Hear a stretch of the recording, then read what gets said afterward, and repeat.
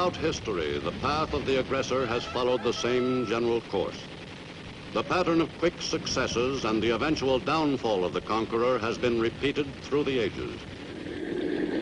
In the 20th century, this pattern was repeated once again at several points on the globe.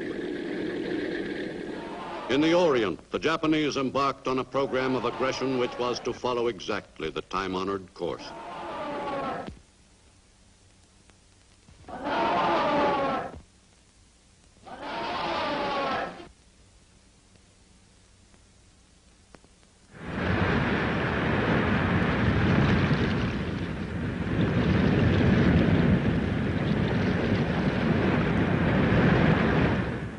For centuries, the Japanese lived in the conviction that their country was created by the gods as the center of the universe, and that they were destined to rule the world. This firmly rooted conviction was as old as the Japanese nation itself. Soon after Hirohito succeeded to the throne in 1926, as the 124th emperor, allegedly descended directly from the sun goddess Amaterasu, the program for extending Japan's rule began to gain momentum.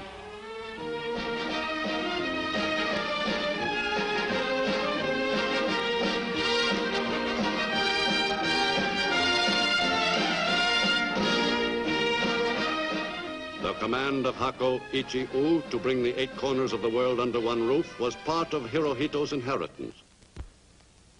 Japan extended its control over a considerable area following World War I, in which it participated on the Allied side. The plums of victory included German holdings in China and the Mariana Islands, except Guam, the Caroline Islands, and the Marshall Islands, all placed under Japanese mandate. In 1931, Japan embarked actively on its program of conquest. Clashes between Japanese and Chinese in Manchuria prompted the Nipponese militarists to take action.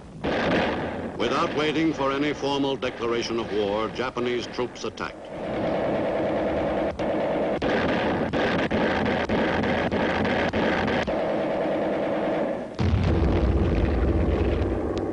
On September 18, 1931, Japanese troops seized Mukden, Manchuria's most important city. And on March 1, 1932, the new nation of Manchukuo was proclaimed.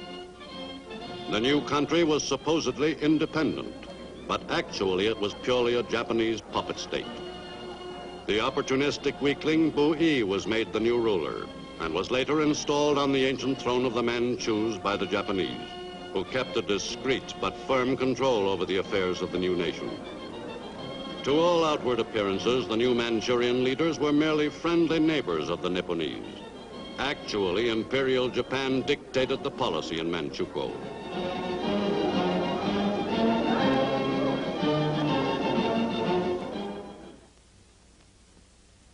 In Geneva, Switzerland, in February 1933, Foreign Minister Matsuoka of Japan piously disavowed any aggressive intentions.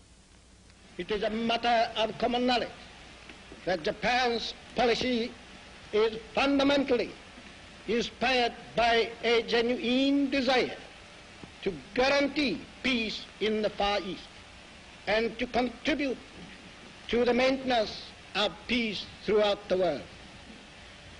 Japan, however, finds it impossible to accept the report adopted by the Assembly. Traduction.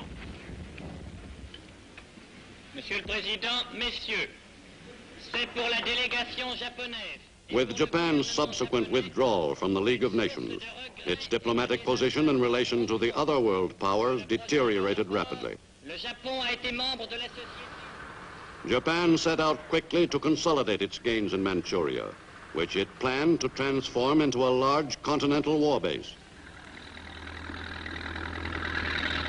A program of planned economic development was initiated, and it was indicated that foreign capitalists would not be allowed a free hand in the exploitation of Manchurian resources. The new country was rich in mineral deposits, and the Japanese army, the real ruler of Manchukuo, quickly stepped up operations at key mines like the Fushun collieries. In the hurried development of Manchuria's resources, thousands of Chinese were pressed into service to work in labor gangs.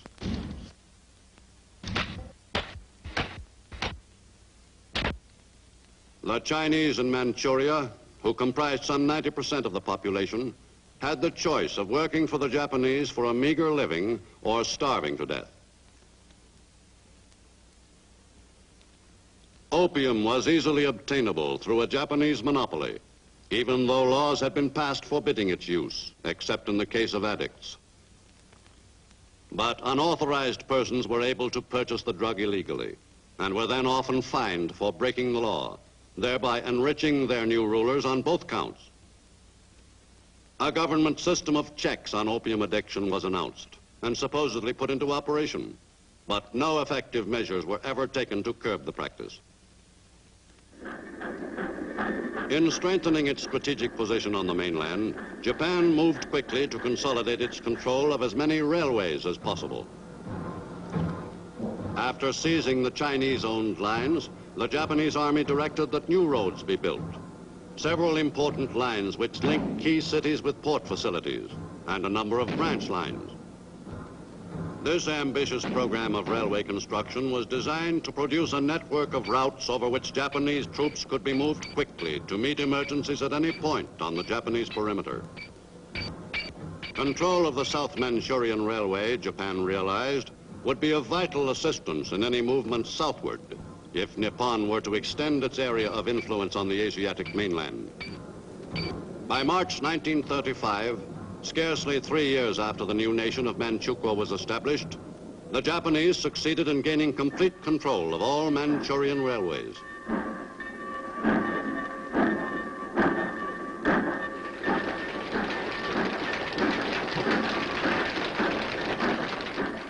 But Manchuria was only a short stop on Japan's road to domination in Asia. To the south lay the rich countryside of China proper, a territory which had never been out of the thoughts of Japanese leaders since the beginning of Nippon's program of expansion. In July 1937, Japan accelerated its timetable of aggression. Following a skirmish at the Marco Polo Bridge near Beiping, the war between Japan and China, anticipated for some time, passed from the period of small local actions to more concentrated warfare. After unsuccessful attempts at a truce, Japanese forces poured into North China from Manchuria, and an offensive was launched in the northern Chinese provinces.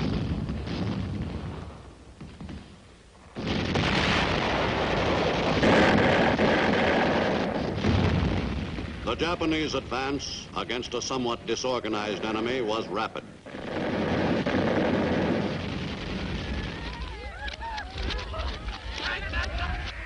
Within a few months, the Nipponese had gained strategic control of North China. In Tokyo in June 1937, a new cabinet headed by Prince Fumimaro Konoe assumed control of the Japanese government. As premier, Konoe dominated the regime which threw Japan into war with China and brought it to the brink of war with the West.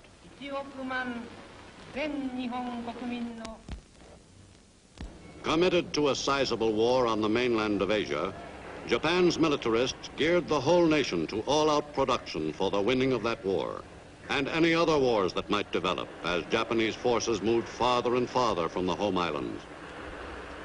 While the other major powers of the world were still at peace, Japan was busy testing the most modern weapons of war and learning from first-hand experience which were the most effective in battle.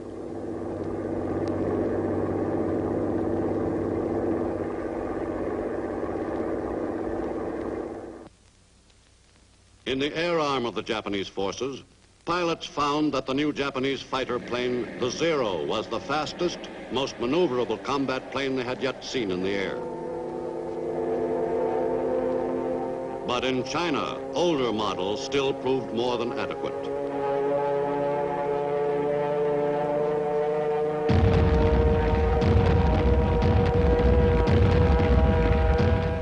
In China, the Japanese established their blueprint for victory. Nipponese planes bombed the largest Chinese cities, killing thousands of civilians. Special target of Japanese air attacks was Shanghai, which withstood a series of bombings before Japanese troops finally captured the city in November 1937, after a siege of 3 months. With the capture of Shanghai, the appetite of the Japanese army for still greater victories was whetted. The Nipponese troops prepared to press on at once toward Nanking, and an unforgettable orgy of rape and pillage.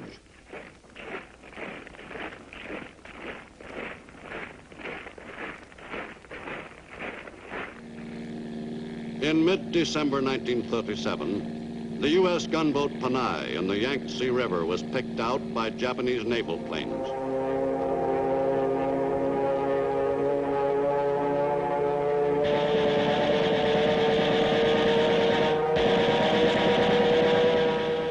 The sinking of the Panay might well have touched off a war between the U.S. and Japan. But the pilots had made a mistake, the Japanese claimed. Among the victims were the first American fighting men to lose their lives at the hands of the Japanese. The Chinese became the first refugees of the struggle which was to become World War II. This was the beginning of years of being always on the move for many Chinese. Already, peace was only a memory. As the Japanese seized new territory, they took over the administration of the area at once. In some localities, the new rulers tried to act the role of sympathetic, understanding administrators. But the Japanese plans for further conquest didn't permit this act to continue for long. The Japanese badly needed the services of the people they'd conquered. Chinese farmers continued to work their soil, but now the harvest would benefit the Japanese. Many men were put into labor gangs. The Chinese had no alternative to working for the Japanese except death.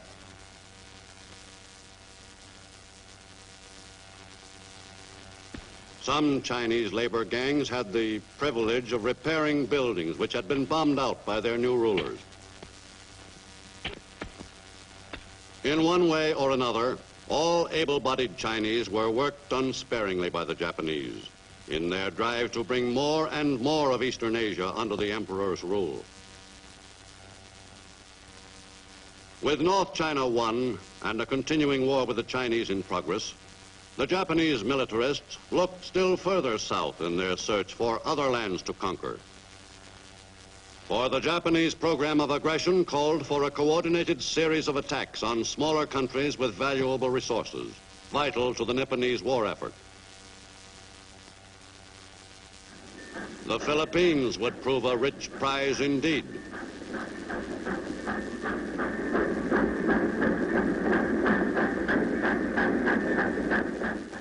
The Philippines had enough good timber to help satisfy Japan's wartime needs.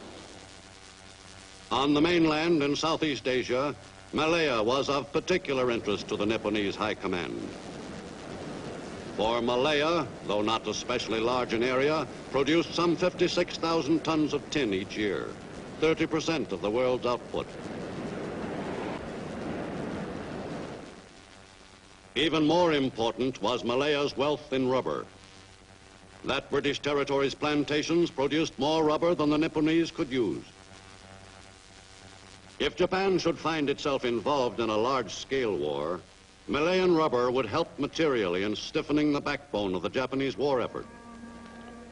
At the same time, by seizing the Malayan Peninsula, Japan would deny Britain and the United States, its two most important potential enemies, one of their principal sources of rubber.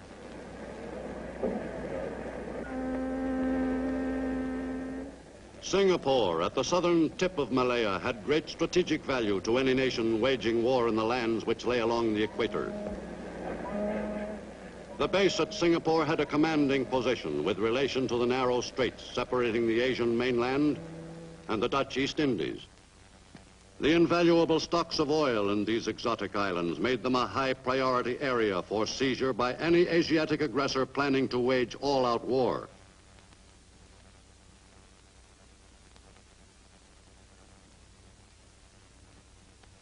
These lush islands also produced most of the world's cinchona bark, from which quinine is made.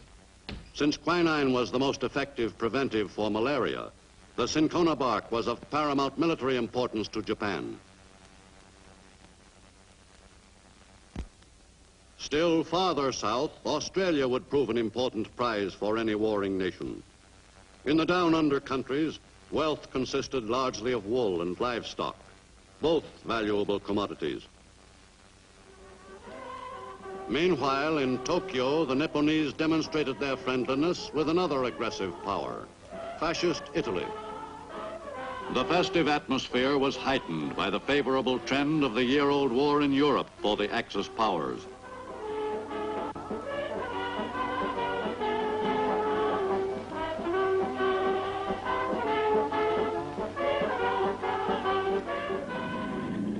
In 1940, the timetable called for further expansion on the Asian continent. In September of that year, Japanese troops put ashore on the coast of French Indochina, directly south of China. The landings were made without resistance. At Berlin during that eventful September 1940, the three aggressor nations of Europe and Asia joined forces and forged the Berlin-Rome-Tokyo axis. The German Führer was well disposed toward making an alliance with any nation which would help further his own greedy aims, and which would not cause him any trouble in return. The tripartite treaty guaranteeing mutual assistance was signed eagerly by Germany's Foreign Minister Joachim von Ribbentrop, and with equal satisfaction by Japan's Ambassador Saburo Kurusu. The alliance was further cemented in April 1941, when Japanese Foreign Minister Yosuke Matsuoka paid a call on Benito Mussolini in Rome. The Italian people acclaimed the representative of the strong Asiatic power, which would lend support to their dictator's own territorial ambitions. Japan's treaty with the European fascists gave it the opportunity it wanted to take over French Indochina, now controlled by the French Vichy government. In July 1941, Japanese warships moved into the harbor of Indochina's chief port, Saigon. The formal ceremony which made that country a Japanese protectorate was attended by the representatives of the French Vichy government, which was openly sympathetic to the fascist cause. Japan's army had gained an entire country lying along the vitally important coast of Southeast Asia without a struggle. Within a few days, Nipponese troops had taken possession of all of Indochina to the borders of fertile Thailand, still an independent nation. But freedom across that border was to be short-lived. In Tokyo in the autumn of 1941, relations between Japan and the United States grew steadily more strained. U.S. Ambassador Joseph Grew informed Washington that Japan might well strike with dangerous and dramatic suddenness. Attempts to effect conciliation of differences were continued, but to no avail. In an effort to weaken the Japanese threat to the Pacific world, severe economic restrictions had been imposed by the U.S. Japan's exports dropped off sharply, and the economy of the country, delicately balanced with relation to its war industries and its foreign trade, was violently upset. Japan's diplomatic negotiations did not mean much. The militarists who controlled Nippon's destinies were already convinced that there was only one sure course to be followed.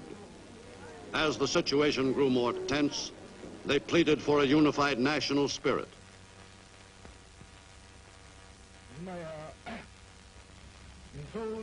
The Japanese nation is faced with a serious crisis and will more and more carry out preparedness for national defense. Under the Emperor, it is expected that the whole nation will strive for the advancement of the Far East. In Washington, on Sunday, December 7th, 1941, Secretary of State Cordell Hull worked in vain on new attempts at a solution to the crisis. But negotiations ended abruptly. Early that afternoon, he received two callers, envoys Nomura and Kurusu, who informed him that the Japanese and American positions were irreconcilable. In the Pacific, a fast Japanese fleet stood off the island of Oahu, ready to carry out Japan's secret decision to plunge the Pacific into total war. The pilots of the carrier planes which were to strike the first blows dedicated themselves to their task for the glory of their emperor and in honor of their ancestors.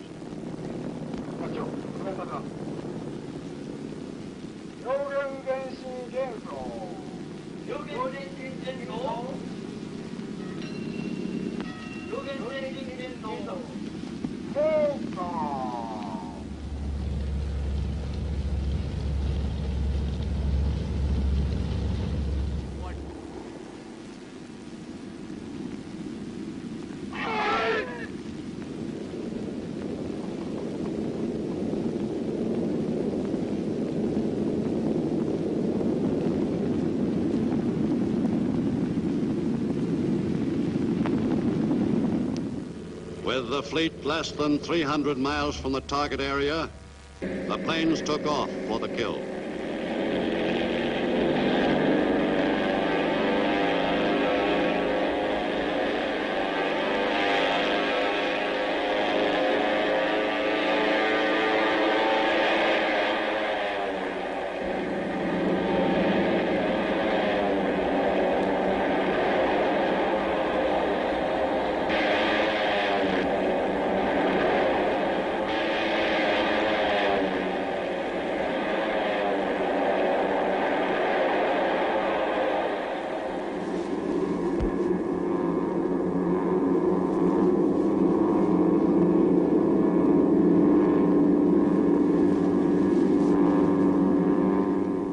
Even before the Japanese envoy's call on the U.S. Secretary of State, Japanese bombs were away over Hawaii.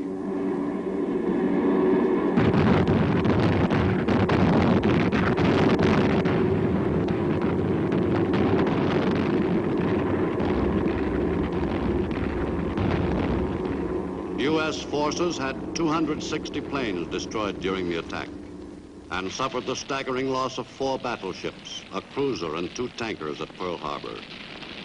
In addition, 4 battleships were badly damaged. Thus, at one blow, the U.S. Pacific Fleet was all but demolished. In Tokyo, Premier Tojo made it official. The imperial rescript declaring war has just been promulgated. The valiant imperial army and navy are at present engaged in a fight to the death. Now is the time for our 100 million countrymen to offer their all, to pay their duty to their nation, and to sacrifice themselves for their country. The rise or fall of Japan, indeed the fate of the Far East, depends upon the outcome of this war. In Washington, President Roosevelt responded quickly. Surprise offensive extending throughout the Pacific area. The facts of yesterday and today speak for themselves. I believe that I interpret the will of the Congress and of the people when I assert that we will not only defend ourselves to the uttermost, but will make it very certain that this form of treachery shall never again endanger us.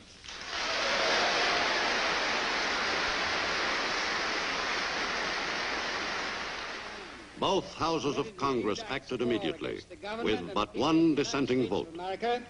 Therefore, be it resolved by the Senate and House of Representatives of the United States of America in Congress assembled that the state of war between the United States and the imperial government of Japan, which has thus been thrust upon the United States, is hereby formally declared, and that the President be and he is hereby authorized and directed to employ the entire naval and military forces of the United States and the resources of the government to carry on war against the imperial government of Japan and to bring the conflict to a successful termination. All of the resources of the country are hereby pledged by the Congress of the United States. Is the second demanded? Gentlemen from us, there can be no objection. The American people, solidly united behind their commander-in-chief, volunteered eagerly to take an active part. During the next 4 years, millions of Americans forsook the pursuits of a peaceful life to fight the enemy on battlefields all over the world.